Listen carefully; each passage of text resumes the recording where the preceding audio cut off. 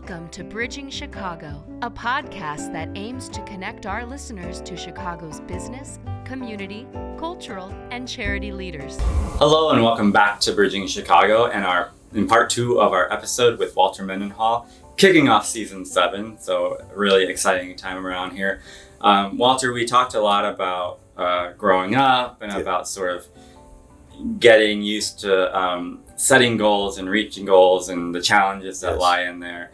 And it's all been really great. If you haven't listened to part 1, make sure you go back and listen to that because a lot of really good stuff in there and it'll set you up for this part. But I do want to get to what you're working on now because it's so good and I think it is doing so much good and it has potential to be huge here for Chicagoans.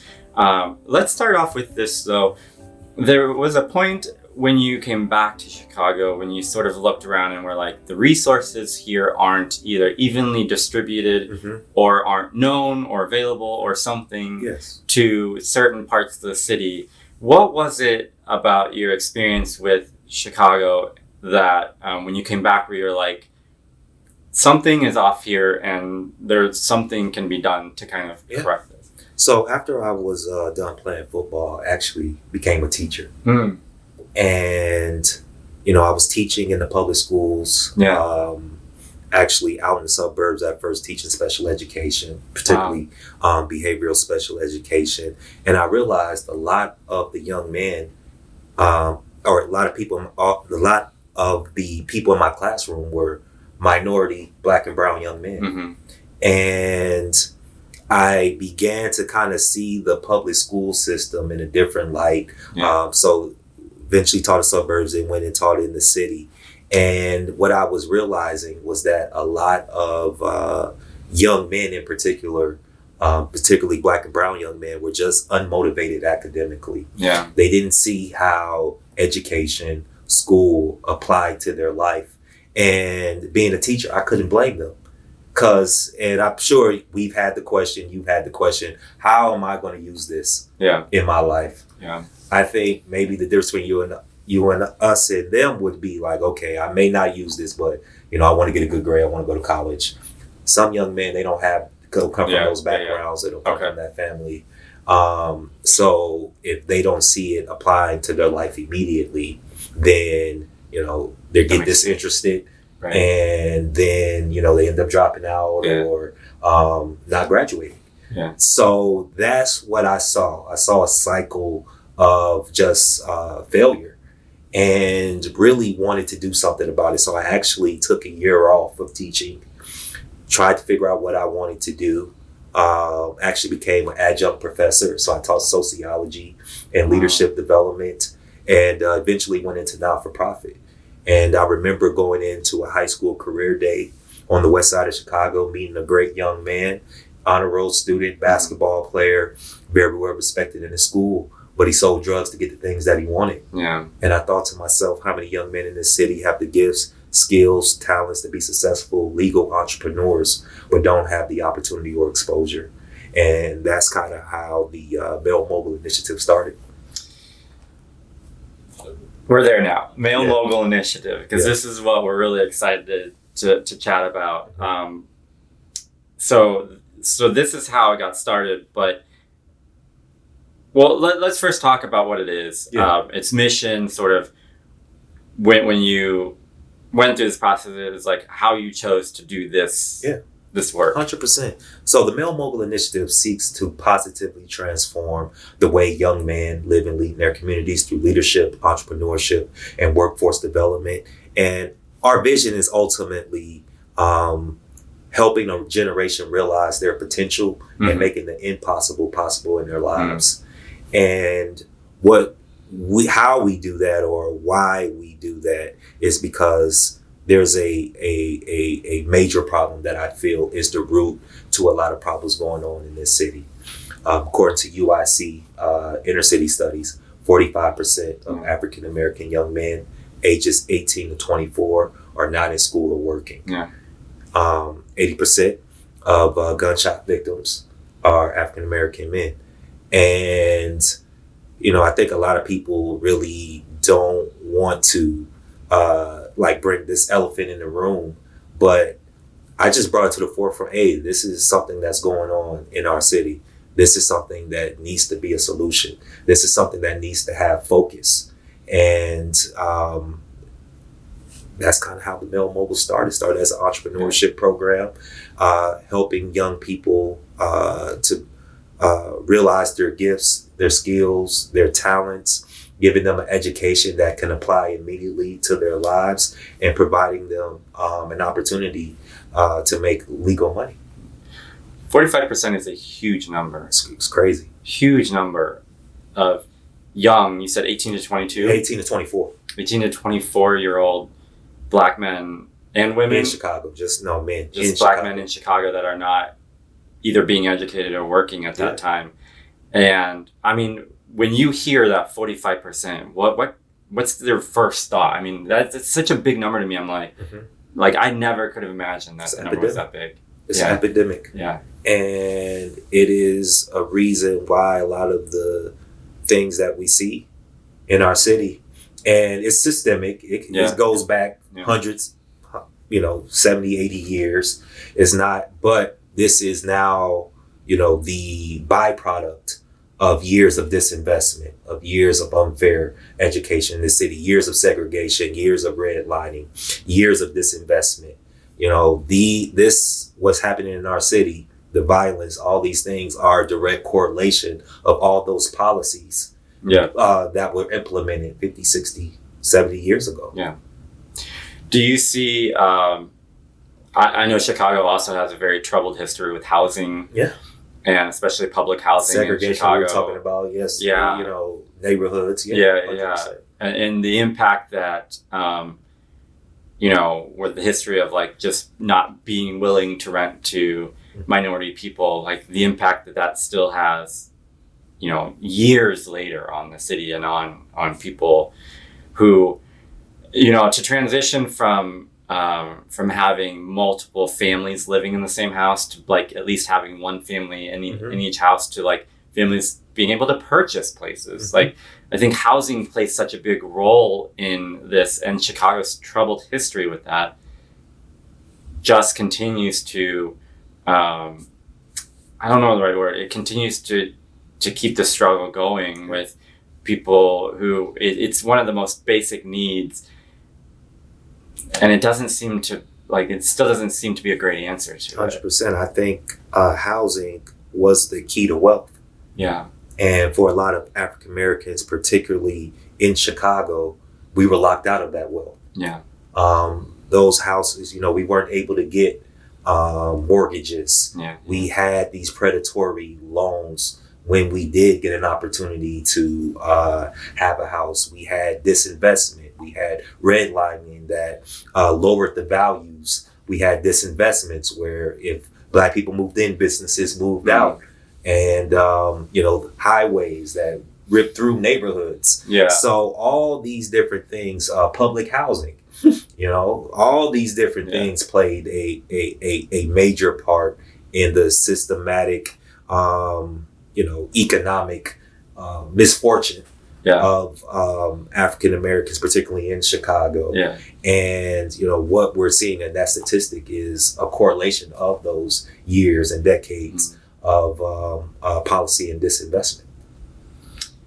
I was very interested when I started to read about your organization. The word mogul kind of stuck out to me. You don't see that word a lot. Yes. And I don't think I've ever seen it in terms of a nonprofit using it in their name or their mission.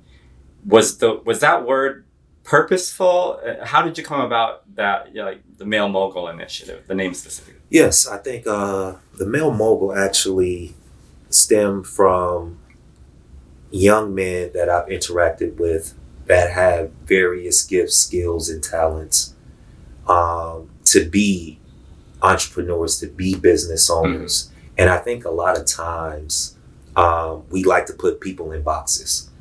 We like to, hey, you are this or you are that. The word mogul is just that, hey, I could be a steward. I could be an owner of multiple things. Yeah. And I think it speaks to our multiple gifts that we have. Yeah. I'm sure, you may be a lawyer, but you're also a podcaster, or, you may, like, we all are more than just one thing. I think society has, kind of programmed us to like, oh, you can only do one thing, or you can only be one thing. And it takes this exceptional person to do more than one thing. And I just necessarily don't agree with that. So the male mogul is something that you can be successful, but you can be successful at multiple things. Yeah, and I think that for me, it also sort of it makes me think of keep reaching up, right? Yes. Like moguls are never like, whoa, I reached my goals, I'm good, I'm fine where I'm at. It's like, no, you keep reaching for more, and not in a way of like I need more, I agree, in a way of like the more resources that I'm able to get access to, the more of those resources I'm able to share to help the community 100% continue to grow itself, continue to grow the whole city. And it's like, the concept of helping others up the ladder once you've climbed it 100%. Or, continue to climb it. To positively transform communities. Yeah. And the more resources, the more impact you can have. Really, that's a direct correlation to wealth. The more people you can impact, the more people that want what you have, the more impact you can have, and the more you can grow. One of the parts that I read about your initiative I think is really cool is the entrepreneurial aspect of it, and sort of bringing that out in young people especially. So you're working with youth who have a business idea that they want, like they sit and say, if I could start a company, making shoes or hats or something, or I see a lot of like beauty products and a lot of restaurants that are like small business that people are starting, and they say, if I could do this, I would. I just don't know how, or I just don't have the resources to buy a place or to sell my brand. So you're working with students who have an idea of something that they would love to create, but don't necessarily have the resources to get that started. I think it even goes a step before that, in which before we even start any programming, and I think what makes our program unique from everybody else, we start from the inside out. So it's not about what is it that you want to do or what is it that you have. It's really about you understanding who you are as a person. So, because I'm working with a lot of at-risk young people, we start with what I call the 3 foundational questions of manhood: understanding who you are, understanding why you matter, understanding what's your purpose, helping them to understand that you are here intentionally, that you have gifts, that you have skills, that you have talents. Now the Male Mogul is here to help you to discover those and to develop those. And then from there, we help them to identify a problem that they want to solve in their community. So there's multiple problems. What is a problem that you want to solve? And then how do you monetize that problem? Because every great business is usually a problem that they're solving. So if you can solve a problem effectively, you can make money. And that's how, and I feel what separates us from any other entrepreneurial, any other mentoring program, is that we work from the inside out and we help them to identify problems that they can monetize. Do you find when you're talking to young men that you may be one of the first people who come to them and say, oh yeah, you can do that? Or like, oh yeah, like all you need is X, Y, or Z and you can start that thing. Obviously your parent or guardian is in your corner. Sometimes you have teachers who you feel like are in your corner. I've heard, unfortunately, stories of people who are like, my teachers really didn't think I would be much. And so they just kind of taught me because I was there, but I didn't really feel like they were. Do you feel like there are students that you come across that are like, don't really necessarily feel like they have people in their corner or who believe that they can do much? Every day. Yeah. Most of them. It has to be heartbreaking. Yeah, it has to be.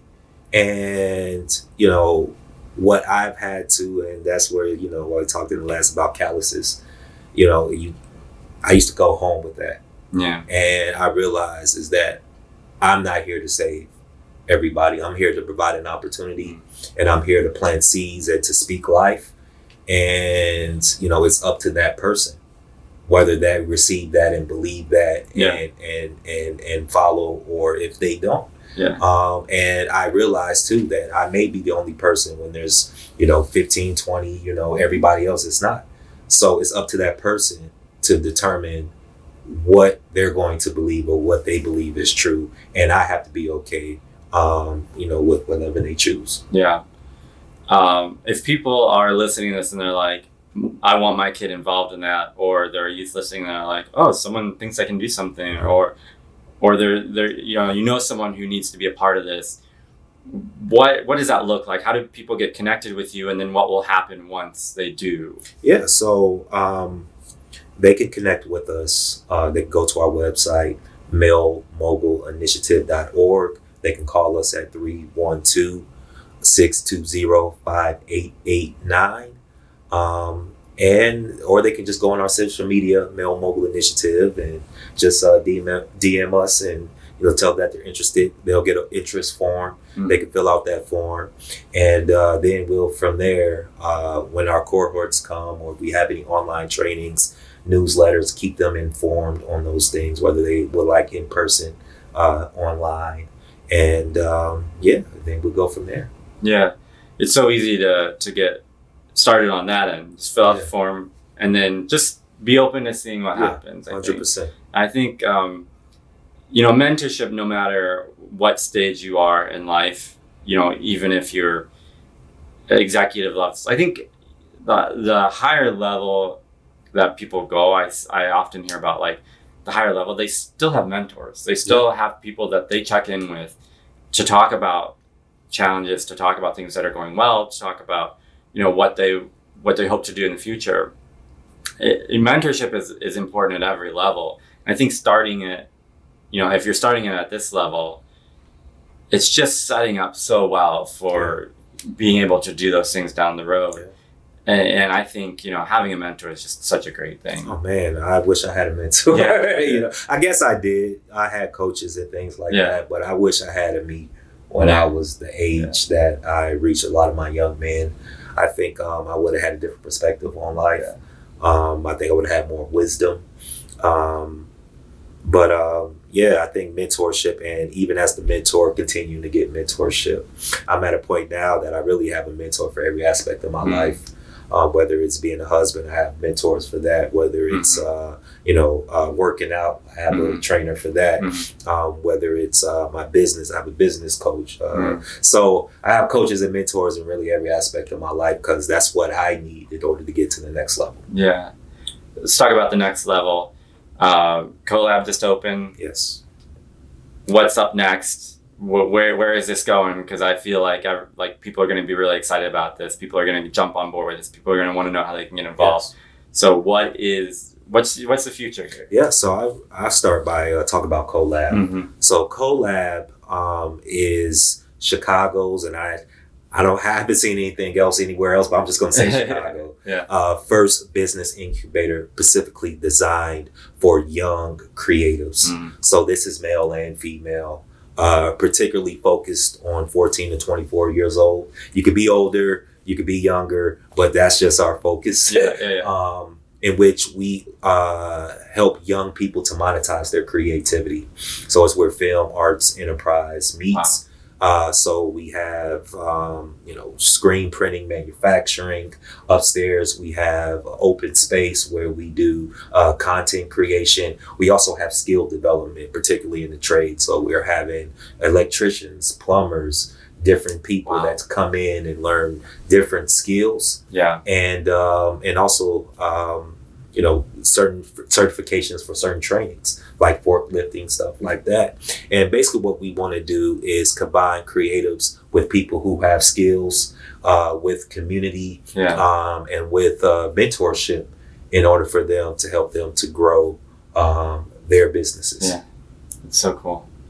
Well, I hope that we at Bridging Chicago can be involved, because it sounds like such a cool thing. And I know that with all those aspects of what you do, there's something, everyone can sort of jump in and either, get involved in the mentorship side and that stuff, or, they know people young people who should be involved with this. So the future is is huge for you. It's huge. It's huge. And, that's what we're doing. And the ultimate goal, and I guess, what I call my big audacious dream is continuing to build a community wealth building ecosystem. So this is kind of what I've conjured up in my PhD study. So my dissertation is on building prosperous and sustainable entrepreneurial ecosystems. Wow. And the concept of community wealth building is really focused on business acquisition and creation, financing, direct services, indirect services, and community reinvestment, which is real estate acquisition for community members and job creation. And really what it is a ecosystem where the dollar circulates in under-resourced communities multiple times, and that you have ownership within that community. And if you have all these things working together in this ecosystem, you can revitalize a community. Yeah. Think. Well, we wish you nothing but the best. Like I said, please let's stay connected and let's, I think this is something we absolutely want to stay connected on and be a part of. So thank you for your time today and for sharing with us. It's been so great.